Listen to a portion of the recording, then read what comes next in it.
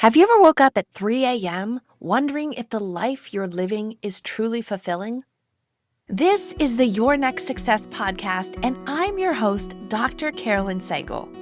I am a life-first career coach and strategist on a mission to normalize questioning your career, because I believe each of us is made on purpose for a purpose only we can fulfill.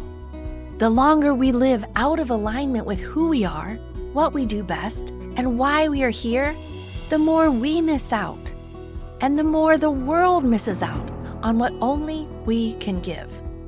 The Your Next Success podcast is where we explore how to build a career that truly fuels your life. We talk about self-discovery, smart job search strategies, professional growth, and you will hear stories from people who have navigated big career transitions themselves, so you can create a life-first career and become your own version of authentic success. Jen Mecham is a speaker, mindset coach, and consultant who helps individuals and organizations unlock their potential through elevated thinking. Her journey was profoundly shaped by a final gift from her father, a copy of the film The Secret, which inspired her to explore the power of the human mind. Today, she is trained in Bob Proctor's Thinking into Results program and leads seminars through her company Elevated Thinking, empowering others to expand their vision, shift their mindset, and achieve meaningful success. In this episode, Jen shares how quiet dissatisfaction can become an invitation to growth. She reflects on the legacy of her father, the beliefs that shape our lives, and the mindset shifts that open the door to new possibilities.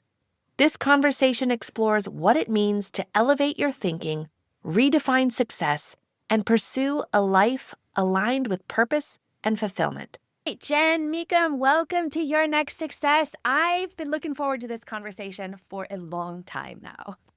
Oh, thank you, Carolyn. It's so great to see you here. I love your show. And we've met in person a few times, and I just love your energy. Oh, so thank you for having me.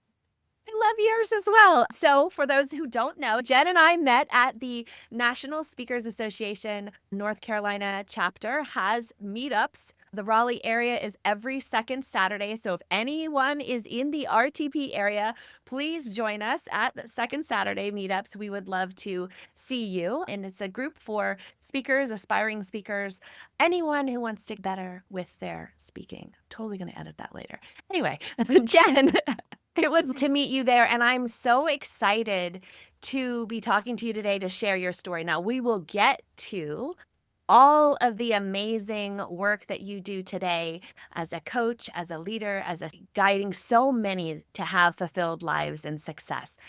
And let's start way back in your journey. Help us understand, where were you born? Where did you grow up? What was life like for, your very youngest self? Okay. Yeah, well, I was born and raised in Utah, central eastern Utah, just about an hour out of Moab. A lot of people go there for national arches. Yeah. A pretty desert kind of life. But my father was a coal miner in Emery County, and that was life. Life was, I had two very loving parents, big family, 6 kids. That's Utah. Yeah. But my parents always struggled for money. So my dad, had this hard job of working in the coal mines. It's hard work, low pay. I mean, it's higher than a lot of industries but it's still paycheck to paycheck life. And we never, emergencies happen. We just never had money. It was always stressful. Money was always the stressor in our family. And to address this, my dad, in his off time, first let's go back to, why would he choose a life of coal mining? He was a welder, actually. He'd been told that working in the trades, he chose welding, would always provide a secure income. It would always be there. It would always be needed. And working in the coal mine industry, they would always need welders. So he bought into the idea that this would be a good, safe, secure job that would pay him for the rest of his life, would pay his retirement, health insurance, all of that. So he bought into that, but he was miserable. He hated it. Every day he hated those coal mines, but he stuck it out, and he worked his entire adult life in the coal mines there. And his off time, though, to his dream was to strike it rich by looking for gold in the mountains of Utah. And he spent most of his off time always looking for gold. And it wasn't until the end of his life that he actually was introduced to the film The Secret. And the messages in the film The Secret were so profound that it really hit him hard. It was like a gut punch to him. And it was like he learned all of a sudden that he'd bought into an idea that was wrong.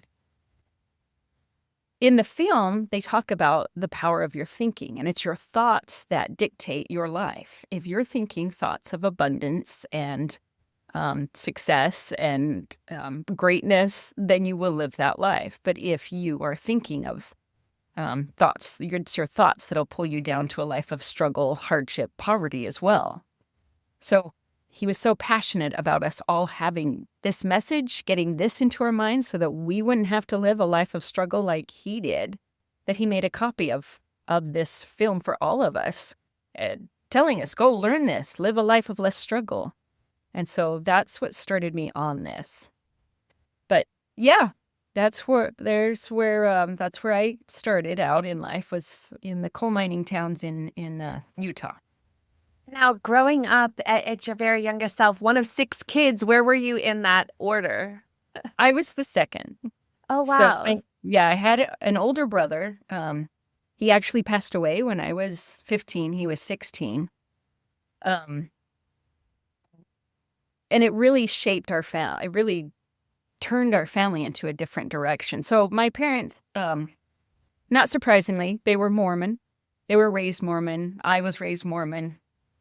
But my parents decided to leave the church when I was a child. So we were kind of had that perspective of being on the outside looking in. But it was, you still have this thought of the ideas that you were taught from the time you're little about God and our purpose here, and, beliefs that we're taught about why, a lot of judgment, things like, God's watching you and heaven and hell and all of that stuff. So, you have these ideas of what life is supposed to be. But when my brother died, he was accidentally, it was an accidental gunshot. And it was really hard to watch my parents go through that, losing a child. My parents found their way out of that through learning about stories that documented cases of where people died, and it was documented that they died, and then they came back and they shared their stories of what they saw in the afterlife. And it was these stories that really shaped my parents to teach us a different way about our purpose in life. So a lot of those stories were about people when they passed away. It was all about love and how great it was, and there was no judgment. And people have their own beliefs on if these after death or near death experiences are true or not. But my parents, to them, they felt real. And when I started reading some of these messages, that there's a lot of things that happen that you're like, you can't really explain. But it really provided our family a lot of comfort to know, like, life isn't about judgment, about good and evil, and it's just about living a good life, loving each other, being there for everyone, and just really appreciating this life, because it does go by fast. And to know, it just provided my parents this comfort that they needed to know that Josh, my brother, was fine. He was there. He was having a great time. And, it really helped them deal with that sadness. That's so, firstly, thank you for sharing. Your brother sounds like and your parents sound like they were into this continuous improvement and kind of learning and trying to pass along those messages as they received him. Now, what about you? what kind of activities did you enjoy both in school and out of school or at home as you were growing up? So growing up, oh, I had so much fun. Lived on my bike all the time, which kind of makes me sad now to see the kids just stuck on their electronics indoors most of the time. I can't imagine, but I was outside with my friends all the time on my bike, just living it, living the dream. Yeah. Even when we were poor, everyone there, most of their parents worked in the coal mines, so we didn't have a sense of difference then because we just all played. Yeah. But we moved away for a time when my grandparents passed away, but my dad always stayed there at the mines. And it's interesting. I never saw my dad in his coal mining gear Oh, because he always showered and changed before he left the mines. And it's an interesting story, but the one time I saw him in his coal mining gear, and I don't have a picture of my dad in his coal mining gear because he didn't take pictures either. So, but the interesting thing is the one time I did see him in his coal mining gear was on my 10th birthday. And it was the end of the day. We'd already gone to bed. So we'd had my birthday and then here comes Dad into our bedrooms. We all shared a room.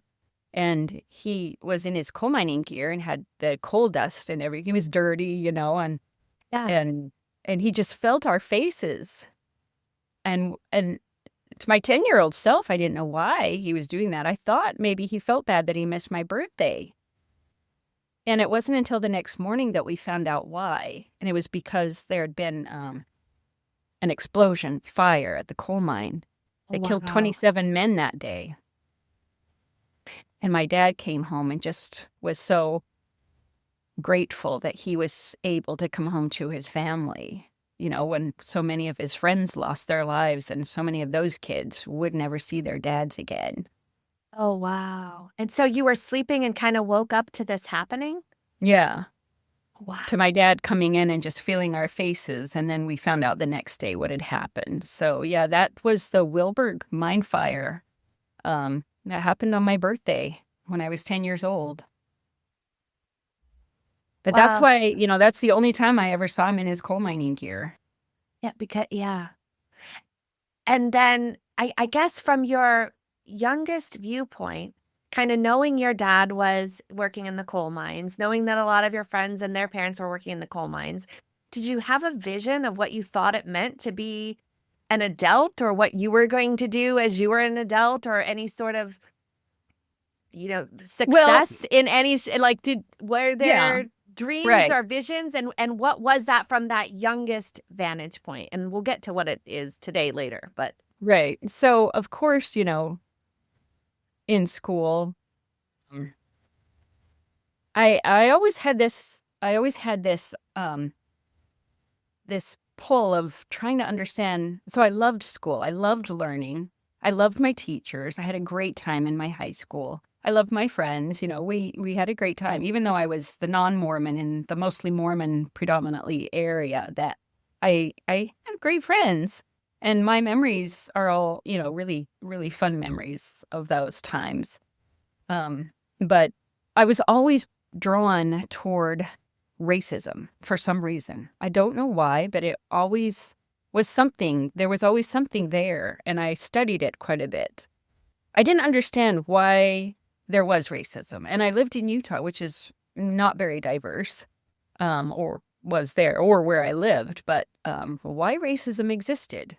And so I started to kind of dip into that when I was in high school. And then when I got into college, that's what really pulled me. So my background in college was minority studies. I really wanted to learn more about racism, our history, the United States history of slavery. And I worked with my major professor to work with her. Her work was looking at racial socialization of Black and white children during the Jim Crow years.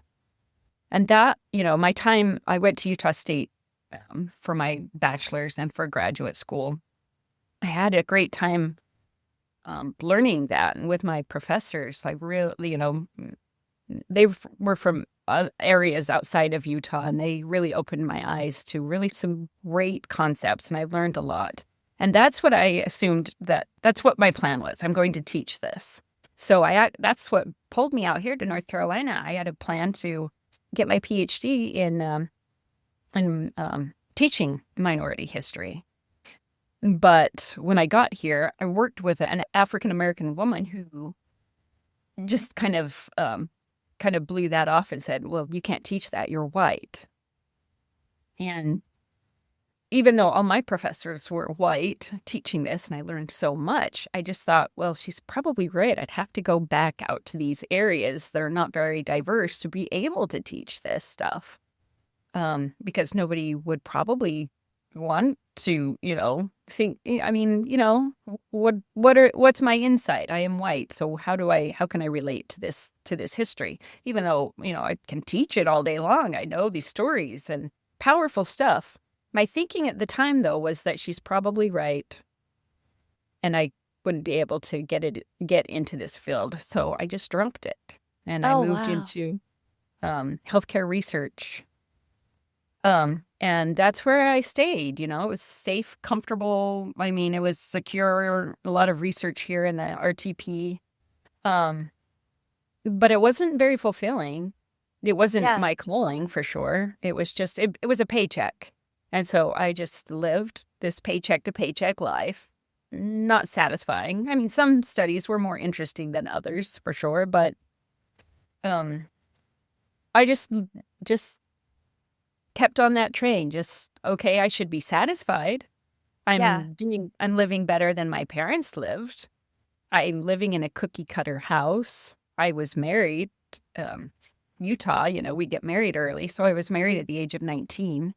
But I knew we were never right for each other from the very beginning. But I stayed in that marriage just because it's just those ideas of you should try to work it out, and it's better for the kids if you stay together and all of that stuff. So in your youngest years, you thought being successful was going to be being educated and working in some sort of field or capacity is maybe what you had considered from the earliest stages. Yeah, I always geared. Well, success was not marriage. It just happened. Just part of life. Okay. Yeah, okay. It's part of life.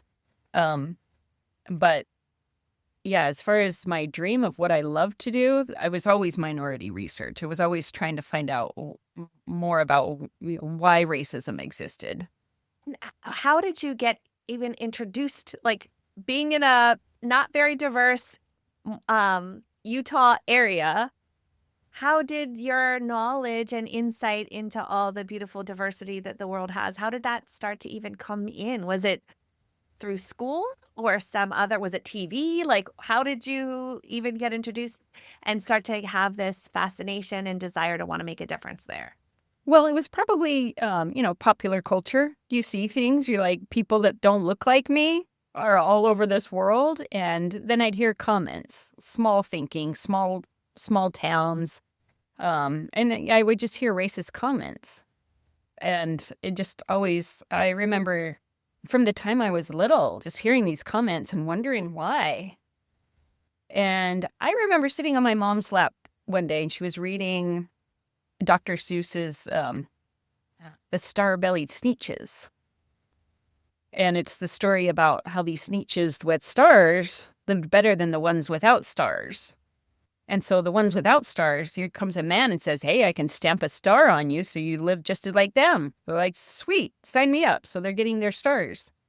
Well, then the star-bellied Sneetches are like, hey, well, then we'll just take ours off then. We still want to be different. We want to be better than you. So the guy made a machine that took stars off, and it just went back and forth, And it was all about the concept of this group is better than that group, and we want to maintain that. Interesting. Yeah. So, yeah. I always wondered about that. How did you even decide that you wanted to go to college? Being a coal miner's daughter, how was college even a consideration and an option? And yeah, tell me. How does that come? Well, high school discussed, and that was what everyone pushed. The way to get a better life is college. And I remember there was a poster in my guidance counselor's office that said, if you can't promise your daughter that her husband won't leave her or won't die or all of these things, then you can tell her she doesn't need to go to college. Oh, wow. And so that was, that was important. And I loved to study and I wanted to study. So it was just natural for me to want to go into school. Did you live there? Like, was it far enough away? I don't know the geography of Utah very, very much. Did you live on campus? Yeah. No, so I got married really young at 19, right after I graduated. Yeah. And the guy I married, he was from Logan, which is about 4 hours away. And so I went to Utah State, up there in the mountains, which is just below the Idaho border. Oh, wow. Wow. Okay. So lots of studying, learning, getting fascinated by minority studies, then achieving your undergraduate and master's degree, and then you decide to come to North Carolina. Was there a draw? Were you still married at the time? Was there a draw for him as well? He just came basically for me. So, yeah, I worked with my major professor on a study, the Behind the Veil Oral History project that was conducted by Duke University, where they'd gone through and interviewed hundreds of African-American people who'd lived through Jim Crow. They wanted to record their stories before they passed away. And so I'd worked with her on that project and use those for my thesis. And then I came out here with my plan to further those and work more in this field. But then I heard that one little comment that said, no, you can't do it. You're white. And that was enough to say, she's probably right. Oh, okay. All right. So then you go and you get involved in healthcare related research and you're doing it and you're kind of feeling not fulfilled, but still doing what you think is the right thing to do as an adult. Tell me a little bit more about that. Like, what did it feel like for you in this middle of what somebody else could say was success, and yet you're feeling counter to that? Yeah, so interesting. And I look back at that now, that statement. I'm like, oh, I bought into one statement of one person and let that guide my entire life. But, I do believe that everything happens for a reason. And I had to walk through what I needed to walk through to learn the lessons I needed to take with me. So, and a lot of so it was fascinating to me too was reproductive health.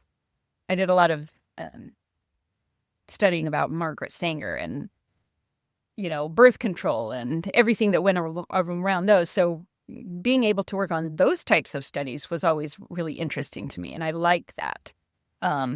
So that, I was just kind of, it depended on the study, which study I was funded to work on, But then COVID hit. And everything came to a standstill in my life. So I had 2 daughters by this time. Same marriage. I've been married 26 years. But the routine stopped because I would just, instead of focusing on, what it was I couldn't do, for years I couldn't sleep. Like I would wake up at 3 a.m. every morning and my mind was just racing and I didn't know why. And it was all this thinking of dissatisfaction in the background. Yeah. Why was I dissatisfied? Why was I waking up with this feeling, wake up, I feel dissatisfied. I should be satisfied. I've got this cookie cutter house. I've got a decent job. I've got 2 great kids. I was very involved with their lives and their school and the activities, and I should be satisfied. But there was this voice that I wasn't satisfied. And it wasn't until COVID hit that everything just stopped. And it just got quiet. The routine stopped. No driving kids around. I couldn't cover up myself anymore. Gotcha. It's like, yeah, that's what it was I was busy in the habit of just lifing. And so I didn't really get a chance to just be quiet with myself and figure out something's not right. I've got to actually address this. So COVID comes, everything comes to a standstill, and there's the film The Secret. It was just laying out there, like I didn't even have to go look for it. Weird. But there it was, and I popped it in. And this time it was like a gut punch to me too. Just like my dad years ago. Yeah. But this it really hit me. And so I started doing research on all the teachers in that film. And I was drawn to Bob Proctor because he'd been studying and working in this field the longest. But all of them had such great stories of rags to riches, being at the bottom of life and creating magical lives. So, but yeah, it was Bob Proctor's story that really pulled me, and that's where I went. So, are you familiar with Bob Proctor? Just from you. I think it had come across my radar maybe during grad school or after, but then I was reminded from you. But please do tell more about Bob Proctor and The Secret. Yeah. And then we'll catch up to, and then what happened? You were working in this thing, and then what happened? Yeah. Okay. Please enlighten us. Yeah. So Bob Proctor was featured in the film The Secret. And his story was he was born during the Depression. He was kicked out of high school. His family was poor. It was a single mom raising 3 kids by herself during this time. And he was kicked out of high school, not just a dropout. He was kicked out. He spent his nights drinking at the bar, and he spent 10 years bouncing around from job to job. He couldn't keep a job. He was just going nowhere.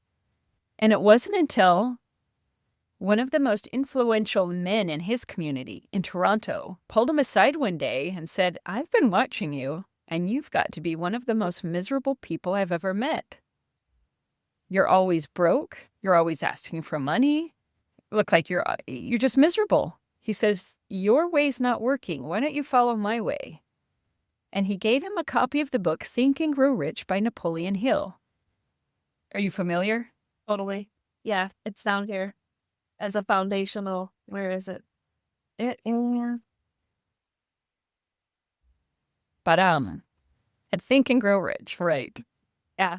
So the story of Think and Grow Rich, really quick, just for viewers if they haven't read this or heard of it, is the author, Napoleon Hill, was a reporter who was working on a paper, just a small paper, nothing of significance, but the paper assigned a few of the reporters to go out and interview successful people to learn their secrets of success.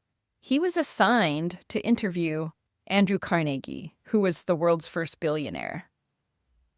And of course, Napoleon thought, why would he accept an interview with me? I'm nobody. But he did. And he met with Napoleon for quite a few hours. And at the time, Andrew Carnegie was also, he's older now, and he was looking for someone to create a recipe book for anyone to create the success he had.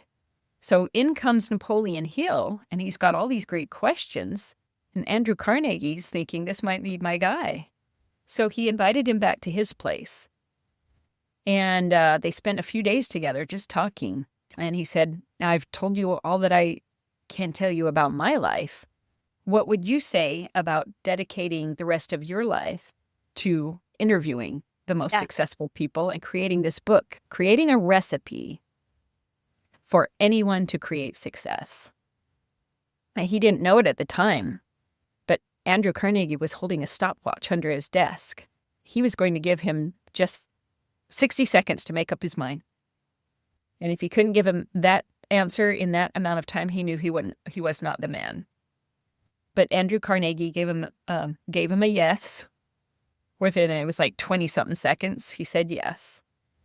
And now Andrew Carnegie told him, I'm not going to fund you for this. You're going to have to do it. You're going to have to find a way to do it yourself. And back then, I mean, cars were just new. Transportation was, it wasn't easy. Yeah. So he had to go home and like, what did I just do? I'm not going to get paid. I just signed up to do this, and I'm not going to get paid for this. And it's interesting that Andrew Carnegie didn't offer to pay him to do this, because Andrew Carnegie was so wealthy and he was so generous. And he knew part of the secret of success was generosity. So why didn't he fund Napoleon Hill?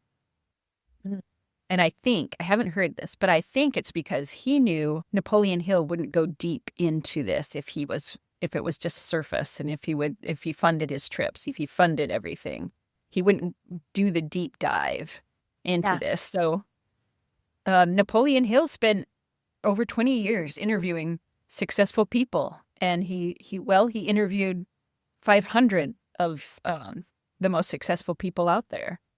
Amazing names, and the Rockefellers, the Wright brothers, you name it, the names are in there. But he came up with, after interviewing all these people, he interviewed thousands of people, not just the most successful, but he learned the threads to success are only 13 principles. But there are 29 reasons to default. And if you buy into these 29 defaults, then you won't make it.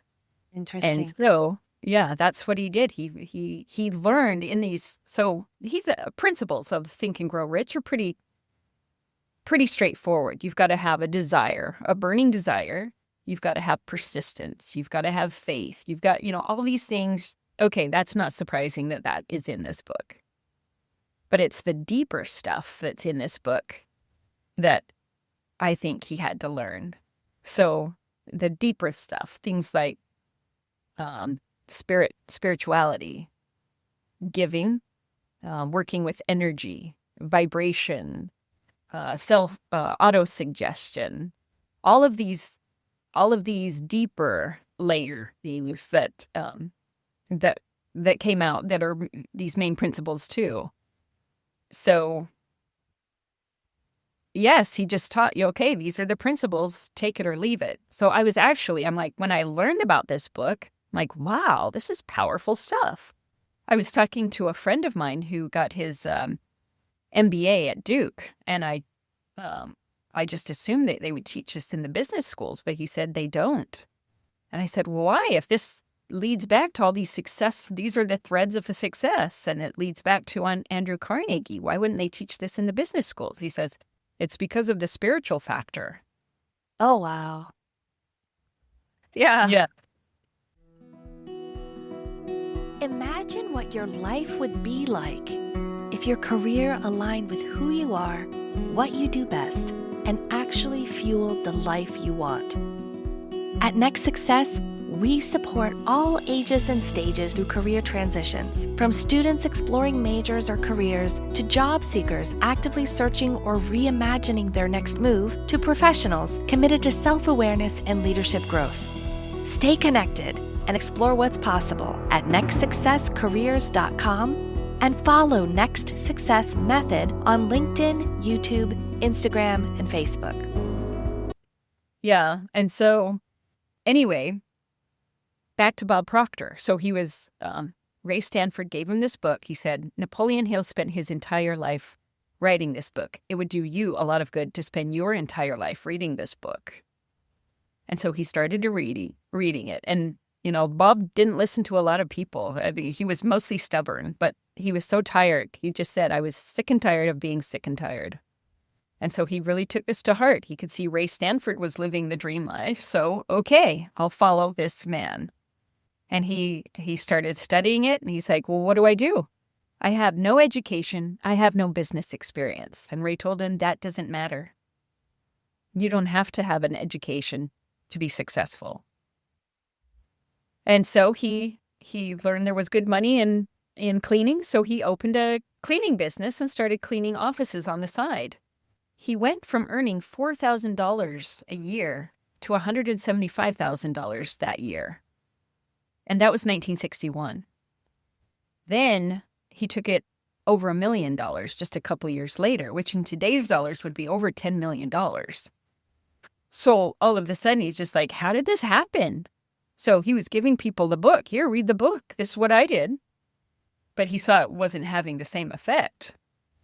he's like, oh, he noticed other cleaning businesses were not as successful as his. So what was it about him? He wanted to know. He really wanted to know. So, I mean, he could have just lived his life making all this money, but he decided to offload his company, and he went and worked with Earl Nightingale, who was directly mentored by Napoleon Hill. Yeah. And he spent 5 years with Earl and then spent actually the next 10 years learning really the psychology. He really wanted that understanding of why it happened for him and not other people. And so, yeah, for 10 years, he just studied this and tried to understand why. And it wasn't until he came up with a concept that really sunk it all into place. He learned the concept and then he spent the rest of his life teaching people how to do this. 63 years. He just got up there on that stage and went for it. And he decided, this is what I want to do with the rest of my life, is help other people. And so he didn't know how it was going to happen, but he said, he just sat down with a pen one day and he said, I'm going to build a company that operates all over this world. And he did it. And so during COVID, you refined the secret. You pop it in, you become fascinated with Bob Proctor's story. You start digging into that. And still in that time, you're in this, quote, successful job with this cookie cutter house and this, what some could say is a dream life, but you're miserable. So now you find this example of The Secret, so many people's Right. stories introduced to Napoleon Hill and all of these others, and Think and Grow Rich and Andrew Carnegie and Earl Nightingale. And now what effect does this have on you and your life and what you chose to do next? All right, before we get into what I chose to do next, there was one other question I had from Okay. that book, Think and Grow Rich. It didn't address racism. And I thought, oh, God, there's so much that happens in this country around racism, that people are the, darker colored skin are the last hired, the first fired. Opportunities are blocked everywhere they look. But it wasn't really addressed in Think and Grow Rich. And so that really perplexed me. He's saying anyone can do this, but he's not seeing this aspect. He's not addressing this aspect.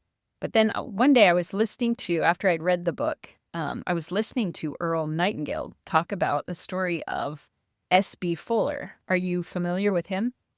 I mean, I've heard the name, but that doesn't mean that I'm not recalling as specifically about S.B. Fuller, but I know I've heard. Okay. I've heard the name. Yeah. So here's another story. Yeah.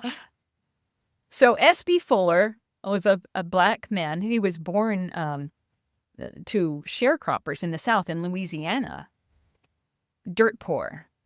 And of course, money was a struggle for them. During the Depression, his family decided from the time he was little, though, he knew he wanted to do more. And he started selling soap door to door from the time he was a kid. And he learned that, that was a great way to make extra income. Soap is something everybody needs. And so he started as a kid in the world of business and sales. So, but his family left Louisiana, moved up to Tennessee when he was just a teenager. His mother passed away, and his father wasn't great at taking care of the kids. So that left him, he was the oldest one, to take care of I believe he had 7 younger brothers and sisters. And he was just a teenager. But he got out there, he supported them, and he was thinking of ways to make money. And so he found a company that would supply dresses, and he sold them to the domestic black workers in his area that mostly worked as domestics, But so they started buying his clothes, and it was generating him a business. But then when they would wear these clothes to their jobs working for white households, they were told if they bought their clothes from S.B. Fuller that they would lose their jobs. Yeah, so How does that make any sense? right? How does it make any sense? So they are bringing back these dresses to SB and they're saying, sorry, we can't buy from you. Just because they didn't want a black man cutting in on their business. Wow. They didn't want a black man moving into the world of money and being successful. So, most people and most black people would have just said, that's it. That's life in America for us. But not S.B. Fuller. He just decided, all right, this is not my place. So he packed up, he got his family together, and they moved to Chicago. And he, again, this was during the Depression, so he got a job working with steel. I believe it was the steel mills. And he was doing such a good job that the owner there said, "Gal, I'm so impressed with your work. If you work like this for me, I'll take care of you and your family forever." That did not sit well with SB. He was like, I don't want anyone taking care of me or my family. And he just quit. Here it is, the Depression. He had this job, which was hard to come by. And he said, no. And he left and he started a business. He moved into the insurance market, started selling insurance. And then he came across an article that showed him that more money was made for somebody else that was or other people in the cosmetics, in the soap, in that field. And so that's the field he went into, was that. And he made such a screaming success. He became, a multimillionaire. He carried 2 books with him. Guess what those books were? Think and Grow Rich. Right. And the Bible was the other book. Because I'm like, yes, he carried those books with him and he studied them. And he lived by those principles of what makes success. He was not going to let anyone stand in his way. And that's what Think and Grow Rich is all about. The obstacles will give way as long as you're focused on your goal. Just keep focusing. Just keep the idea and let the obstacles fall away. And Earl's definition of success is the progressive realization of a worthy ideal. So you're a success as long as you're moving toward your goal. It's only when you give up on yourself, that's when you become the failure. That's when you fall into failure. So he just started off that way, and he started buying other businesses and theaters, and he grew really wealthy. And he was the president of his chapter of the NAACP. He worked to improve the conditions and improve the rights of minorities, but that didn't stop him from pursuing his goal. But he was always criticized for saying, well, you're not doing enough for the black men, or you're not doing enough for our rights. We should really be focusing on the laws. He's like, yeah, okay, let's get the laws changed, but at the same time, don't divert on your goal. In fact, during the Montgomery bus boycott, he's like, great, you brought the bus lines to their knees. Why don't you buy the bus lines now? So that we can, grow our economy, so that the black population can grow the economy and have that power base. They didn't take him up on that idea. But his whole mission was, okay, think better. There's all kinds of obstacles out there, and all you have to do is focus on that end game. But yeah, he was criticized a lot for not focusing on only changing the laws and advocating for equal rights. Okay, so how does this translate into you figuring out and making a lot of changes for your own growth and development? Right. Yeah. So Bob Proctor, he's people pay thousands of dollars to attend Bob Proctor the seminars. They'd fly from all over the world to attend his seminars. But he would be the first one up there to say, 97% of you are going to go home and do nothing with this information, because you're going to go home and you're going to get stuck on the how. The how is not your job. You just have to let go of the how and know that as long as you take the steps, the how will emerge. So he has a program that was designed by Sandy Gallagher. she met him about the same time that The Secret was made. And she was a very successful banking attorney, did billion-dollar merger deals all the time. Her company sent her to a Bob Proctor seminar, and she thought it was just a leadership seminar. But she went, and she said what he had to say blew her mind. And right then and there, she decided that she wanted to work with him, and she was going to create a program called Thinking into Results that people could apply where they are now. They didn't have to come out to his seminars. It was designed with a trained consultant, with the principles he teaches, and with the design that goes along, that matches their principles. So I enrolled in Thinking into Results. It's a 6-month program. Within the first 2 months, I got the job I wanted. My salary doubled. And I was able to make these big life changes. I was able to support myself, get a divorce, do all these massive changes in my life, just move on. It happened so fast, I was hooked.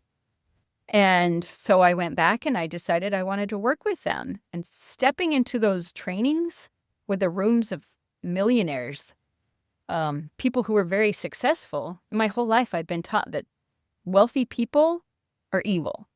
Wealthy people use poor people to make themselves wealthy. It was all negative. But all of a sudden, I'm in these rooms with these very successful people who are very generous, and they're very kind, and they're very spiritual. And all of a sudden, my ideas had to crumble. They just kind of fell away. It was like I felt, like in that imposter syndrome. Here I am, just the daughter of a coal miner, stepping into this room of millionaires. And who am I? All of a sudden, I felt like I was the coal miner with coal smudges on my cheeks.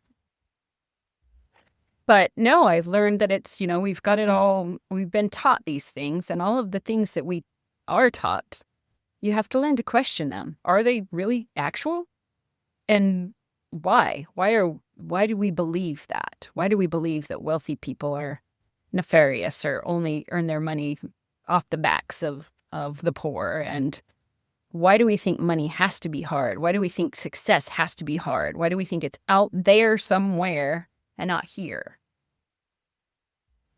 And so, all of a sudden, this has just clued me in onto wow, this is very powerful. And I'm no longer just satisfied with my job, even though, I love what I was doing, but I wanted more now. I wanted to teach other people this. When you learn this, there's just something in it that you just want to help other people too. Okay, so you end up becoming a consultant for a lot of this seminars and helping other people have the same method that you had such great results. And then what happened? Are you still doing that, or now you're doing? No, that's what I teach. I hold these seminars and I teach the program Thinking into Results, the same program that I enrolled in. It's awesome. Yep, that's where I'm at right now. And I'm all of a sudden feeling like I'm meeting my tribe, because it's not about going to work and coming home and just watching TV. Yeah. It's all of a sudden I meet people that are like go-getters, and they have high ambitions. And that's what I felt. I really like, wow, this is what I was missing, because I would just come home and it's just routine to just unwind, watch a film, whatever. And I thought something was wrong with me. Why am I always have to be busy? Why do I have to be doing something all the time? And I just thought something was wrong with me. And it wasn't until I'm like, oh, finally, the world of business and the world of people that are hungry to achieve and get out there and make something. It was like, wow, this is fabulous. This is what I was missing. And so now, from this new viewpoint, what do you view as success, or how do you view authentic success for yourself? So it's all about listening to yourself, first, listening to yourself and not bottling yourself up. And that's something that I wish I could tell my younger self, not to listen to those little messages that can really steer you into a path of just bottling yourself up. And I always maintain that idea of what is success. Success is just the progressive realization of a worthy ideal. As long as you're moving towards something that's fulfilling to you, whatever that is, then awesome. I mean, when I interviewed the Wright brothers, their goal was not money. Their goal was getting up in the air. Yeah. I mean, as long as you're moving towards something that gives your soul, your inner spirit, that drive, that excitement, that's where the spice of life is. And that's what I got a lot with the near-death experiences, Going back to that is, what is the purpose of life? I heard one interview that was just really interesting. It was just a man who passed away, and his experience was he was met with a man, he didn't know who he was, and he was shown a little boy who was just playing and joyful, and he learned the man next to him, he said he learned that it was Jesus, and the little boy playing was him as a little boy. And Jesus' only message to him is, you're not playful enough. Go back to that. Enjoy life. And that was it. That was the message. And, he was brought back to life after his accident. But that was it. I need to enjoy life more. Well, it seems you're enjoying life beautifully. Every time I see you have this radiating smile, you're just drawing people to and around you. And so I'm so thankful about our conversation, being in the same area and getting to see you every now and then. But how do people find you? How do they work with you? Yeah, well, thank you. So my website is elevatedthinking.net. My email, hello@elevatedthinking.net. I have seminars. I stage seminars every month or more frequently. And they can contact me to find out where. And then I'll be starting my webinars as well. Awesome. And I'm all on all the, all the socials. So. Well, very lovely. Well, thank you so much, Jen, for sharing your story, for being a part of your next success. And I can't wait to continue to celebrate you and your next success. Thank you so much, Carolyn. It's been a pleasure. Jen, thank you for sharing your story, your wisdom, and your insights remind us what is possible when we choose to think differently. Thanks for listening to Your Next Success with Dr. Carolyn Sangal. Remember, authentic success is yours to define and includes aligning your career to support the life you want.